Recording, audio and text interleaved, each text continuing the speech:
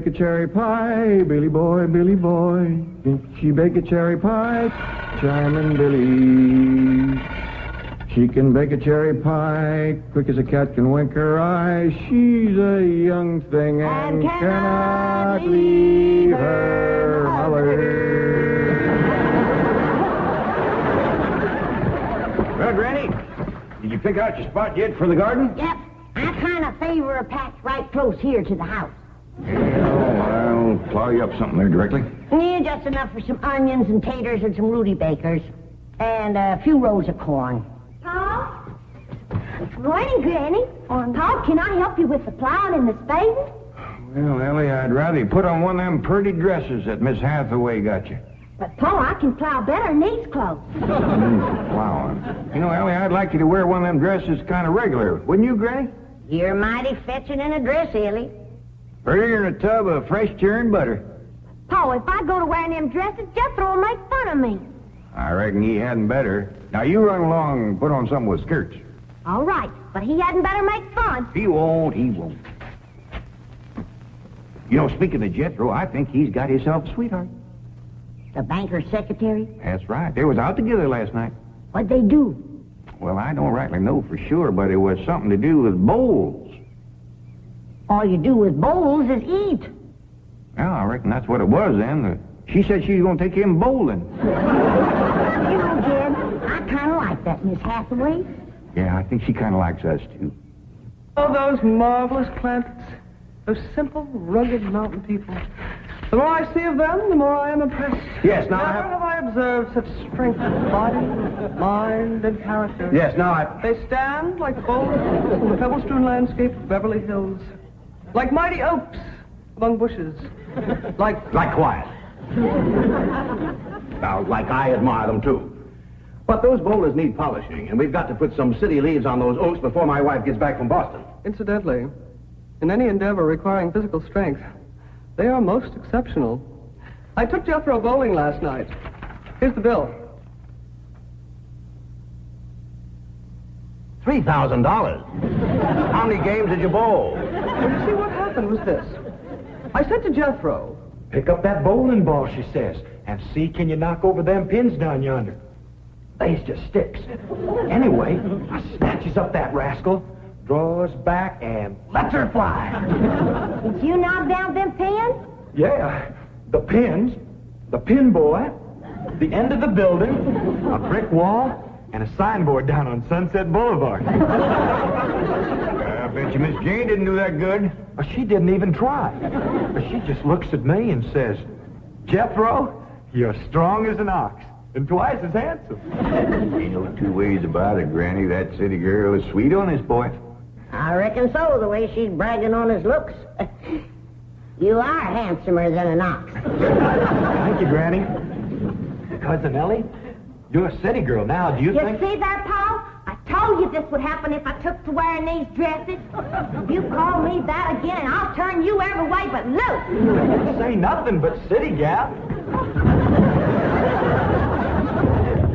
Ellie, May, climb it. Get up from there, or you're going across my knee. And just so you're going across mine. What did I do that was so all-fired bad? In that dress, she looks just like a city gal. You did again! I reckon we better go out there and see she don't hurt him.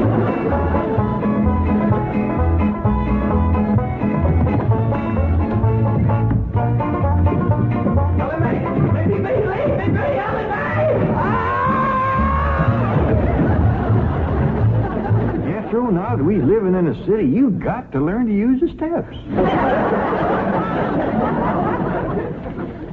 I'll be happy to know that I'm making splendid progress with Ellie Mae. She's turning into quite a lady. Fine. But it's Jed, Granny, and Jethro we've got to work on. Clothes, manners, the works. What have you done about servants? That's the problem, Chief. They're basically opposed to the whole idea of able-bodied people letting others do their work for them. Well, that's a refreshing attitude. But we've got to get a skeleton staff in there somehow. A combination butler and valet with Jed and Jethro, who help them assemble a wardrobe, teach them how to... Ravenswood. Your butler? Oh, he's never been my butler. Came with my wife like an overweight dowry. Been in her family for years. And with Margaret in Boston, I can certainly spare him, plus her upstairs girl, Marie. I doubt if you can sell Mr. Clampett on the idea of servants. Get him on the phone. I'll make him think he's doing me a favor by taking him off my hands for a while. Right, Chief? She had not have thrown me down on my head like that. What if I'd have been carrying a frog in my hat? You ain't supposed to be wearing your hat in the house. Well, Granny, where's a fella going to carry a frog? They jump out of your pocket. Hello? Oh, howdy there, Mr. Drysdale. Glad to have you back from Boston. Your missus come with you? Oh, that's too bad. I know her and Granny'd hit it off like two sows in a mud waller. Yes, I'm sure they would. No recipes? No, my wife doesn't do much cooking. No, I doubt if she ever made grits and hog jows. Well, how about mustard greens and possum belly? No fooling. Pone and squirrel shank? Boiled chicken hog. Well, say, she don't do much cooking, does she? No. Well, the reason I called Mr. Clampett is I have a butler. Well, he really belongs to my wife's family, but he's been with us ever since we were married. And I was wondering if you'd let him come and stay with you for a while. You mean board with us? Well, I guess you could call it that. Who's going to board with us? Just a minute. Some kin of Miss Drysdale named Butler. Oh, why, we be just... That's that no good fat rascal that wouldn't let Ellie and me in to help Miss Drysdale when she was sobering up. Hello? Granny was talking at me, but she's done now. Oh, no, she ain't. Just a minute. Granny, let me hear the man out, and then we can talk it over. Yes, sir, Mr. Drysdale. I'm a listening now. Well, in addition to Ravenswood, he's the butler, you can also have my wife's upstairs girl, Marie. Margaret may be away for some time, and I have absolutely no use for him. Well, I sure would like to oblige. Me and Granny will talk it over, and I'll call you. Oh, thank you. You'll be doing me a great favor. I was glad to help out when I can.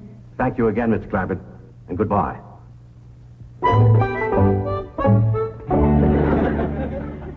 Is somebody coming to live with us, Uncle Jed?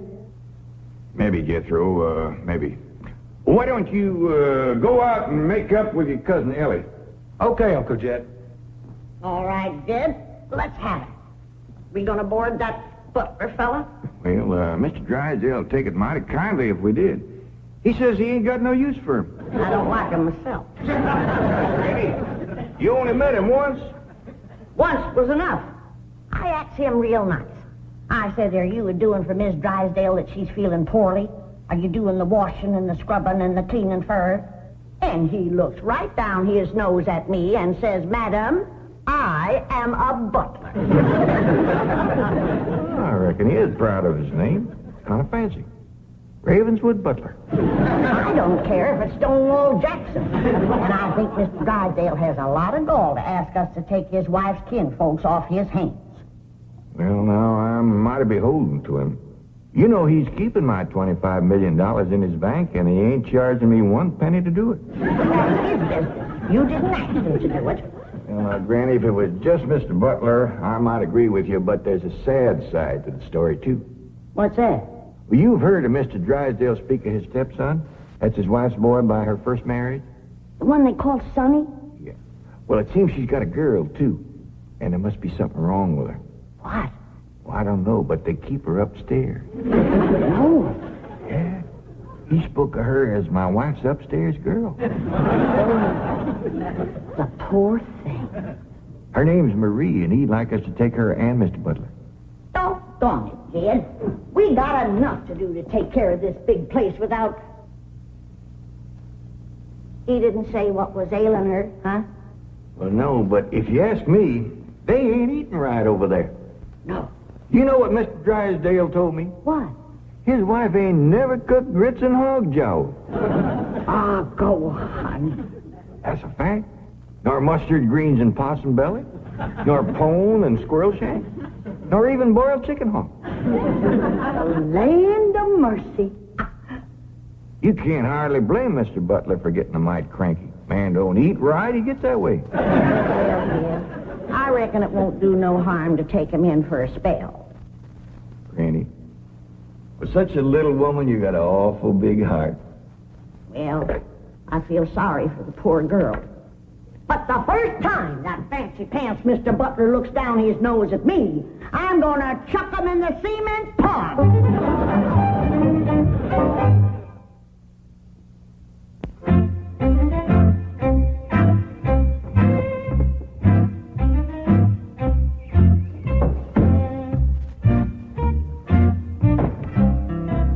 Now, I'm doubling your salaries for the length of time you stay at the Clampett home.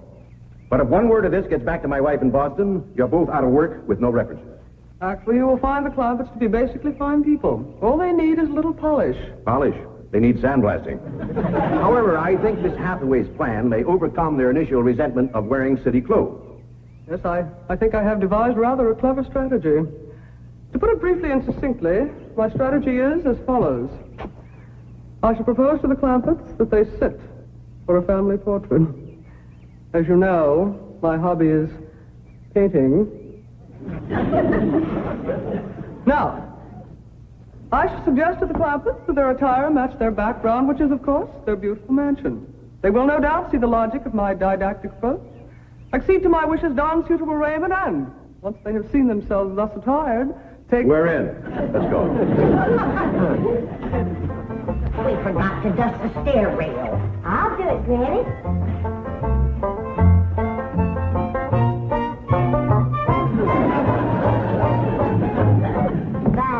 Wearing boys' clothes does come in handy sometimes. Hi, Ginger Granny. I think we got her all spick and span for the company. They ain't a speck of dirt, no place. Can I go swimming now? Me too? As soon as we help Granny clean up the kitchen.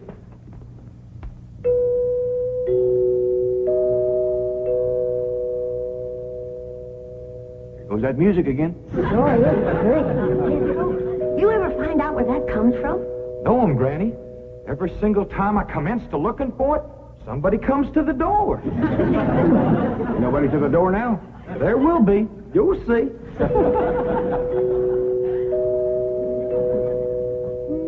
Doggies, that's nice. Don't pitch in and see, can we find it? You're wasting your time. I'm a-telling you. Before you can find it, somebody will come to the door. There, you see? Happens every time. I remember, Ravenswood. I'm counting on you. Don't fail me. You have my word, sir. I've been butler and valet since boyhood, as was my father before me and his father before him. And I've yet to meet the man or woman who posed a social problem too difficult for me to handle. That's the spirit. Howdy there. Remember me, Mr. Butler? No! Ravenswood, come back! You gave your word! Come back, you coward! Come back here! I'll cut off your fringe benefits! Ravenswood probably forgot something. He'll return shortly. Meanwhile, this is Marie. This is Drysdale's upstairs girl. Marie, J.D. Clampett, Howdy. Jethro Bodine, Ellie Mae Clampett, and Grandma Clampett. No, ma'am. I am a Moses. Pardon? Granny's related on my wife's side. They's the Moses family from Tennessee. Then your name is Granny Moses? Grandma Moses. That's right. There was a very famous Grandma Moses who painted primitives. I've whitewashed a few myself. I'll show Marie to her room. Listen, Marie, honey. Over here, you got the run of the house. You don't have to hide upstairs. Ain't nothing wrong with that girl, but what some good cooking will cure her. She's half starved. Poor thing is so weak her knees keeps a buckling on her. She's kind of pretty, though, for a skinny girl. Just wait till she gets a mess of Granny's grits and hog gel. That'll fill her out. Till I'll get some of cooking. Guess that butler fellow will be coming back directly. Oh, and Granny, can we have some of that salted down possum belly that Ma sent us? Well, I reckon it is kind of a company meal. Granny, open up a jar of them pickled crow gizzards. Now, Jed, we don't want to spoil these folks. They might get to thinking we eat like that every day. Baby, will you do something nice for me? Why, sure, Pa. Will you go get into that pretty dress again? Oh, Pa, Jethro will make fun of me. No, I won't, Ellie Mae. Cross my heart. Why, That's my darling. Thank you. And then you be real nice to Marie. She's had a bad life. I'll be nice to her. She's pretty. Let's all be nice. Far. I wanted to go swimming. Now I gotta go put on an old dress. Cousin Ellie, you look awful pretty in a dress. Honest you do. Do I look pretty in that there city girl? You look prettier than that there city girl. That did it. Come on and fight. There's nothing to be afraid of, Raven. The fact that they're big and strong doesn't mean they're violent. Elephants can be gentle. Now, Ravenswood, your appearances deceive you. Oh, really? Oh, I do admit on the surface they do seem a bit rough, even cruel. But I assure you underneath they are placid, kindly, and gentle. You see. You shouldn't have called me a city girl. Ellie Mae, leave me alone, please, Ellie Mae. City girl.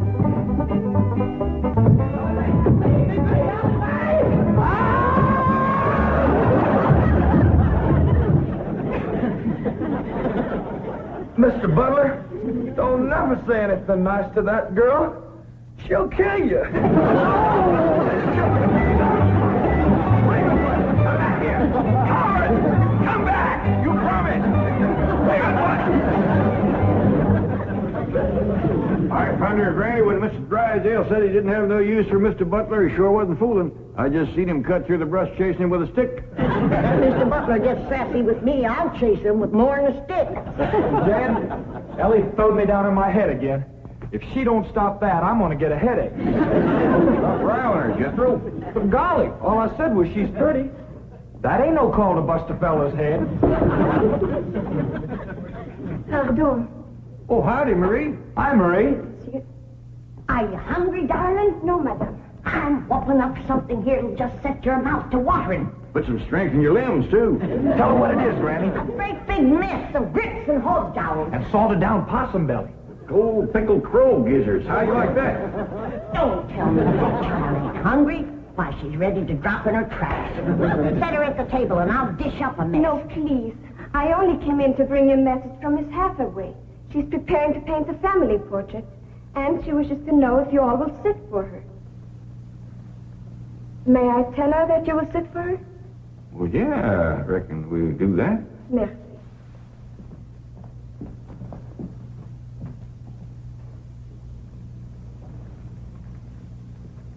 Well, let's get at it.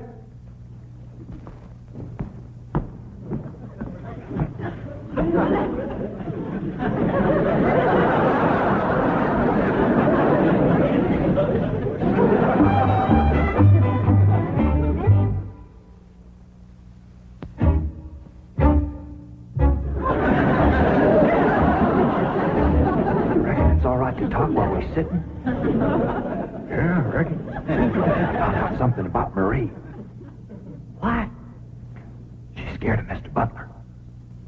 How'd you know? I asked her to go swimming with me, and she says he wouldn't allow it. What business is it of his? That's what I said. And she says he's a butler, and I'm just an upstairs girl. And I got to do whatever he says. We'll see about this. Oh, dingies. Let's hit Mr. Drysdale, find him, and give him a whooping. I'll catch him, Granny. Oh, Harry, you go put a dress on like you promised. Uncle Jed, I'm going swimming. If I see him, I'll fetch him in. Don't go jumping in with your clothes on again. Well, I won't, Uncle Jed. Miss Hathaway, she gave me a present last night. She says it's something special for her to go swimming in. What'd she give you? Oh, pair of trunks. You go swimming in the cement pond. Boy, it's too big to go swimming in a trunk. Ed, In a pair of them. I got a feeling that Mr. Butler feller is going to be trouble. Yeah, we can handle him. Well, I still say that I think Mr. Drysdale has a lot of nerve to ask us to board his wife's relations. Maybe he just fed up. Man can get awful tired of having his wife's kin underfoot all the time.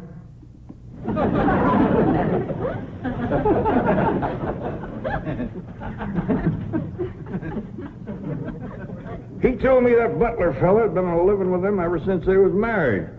I declare some in-laws latch on to free room and board like leeches. It takes a mule kick to jar 'em loose.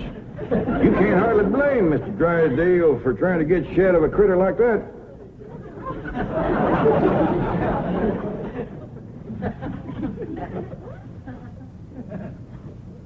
Is that the way you feel? You bet it is. I'll see how fast I can get packed. I'll get out from underfoot just as quick as I can. No, Jeff. I know when I'm not wanted. It don't take no mule kick to get shed of me. Darnation, Granny, I wasn't talking about you. We couldn't get along without you. No, Jeff. I'm just a burdensome old woman, no good to nobody. Why don't you throw me down the well? Go ahead, pick me up, carry me out to the well, and throw me in. Stop talking like that. Uncle Dan! Uncle Dan! I caught him. Mr. Drysdale, he gave out, but I caught this fat little rascal. What are you doing? You going to whip me, Granny? No, Jethro, I'm going to get thrown down the well. Why don't you throw us both down the well together? But it's no good leeching both. Mr. Butler, I'm sorry Jethro got mighty rough with you. He don't mean no harm. He's just an overgrown boy. Now, we's all mighty pleasure to have you come and stay with us, and as long as you behave yourself, won't be no trouble. Oh, I'm Jed Clampett. Sir. This here's Granny.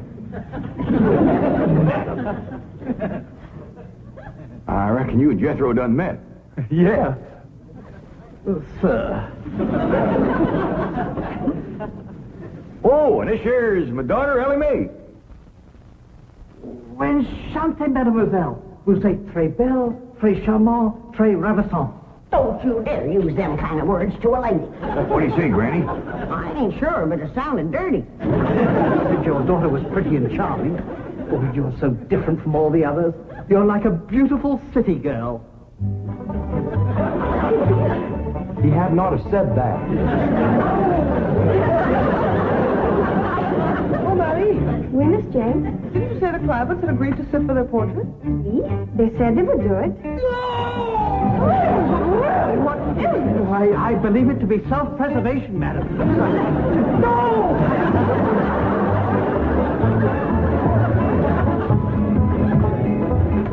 Don't take to the stairs, she'll catch you sure! Say now, let me go, now, really! No! Sounds like Ellie got him. Afraid so. Could somebody please tell me what is transpiring in the... Dead! Ellie throwed him all right, but I caught him before he hit the floor. So here you are. Well, now, everything seems to be fine. You see, Ravenswood, didn't I tell you the Clampetts were kindly, gentle people? Yes, sir. Thank you, sir.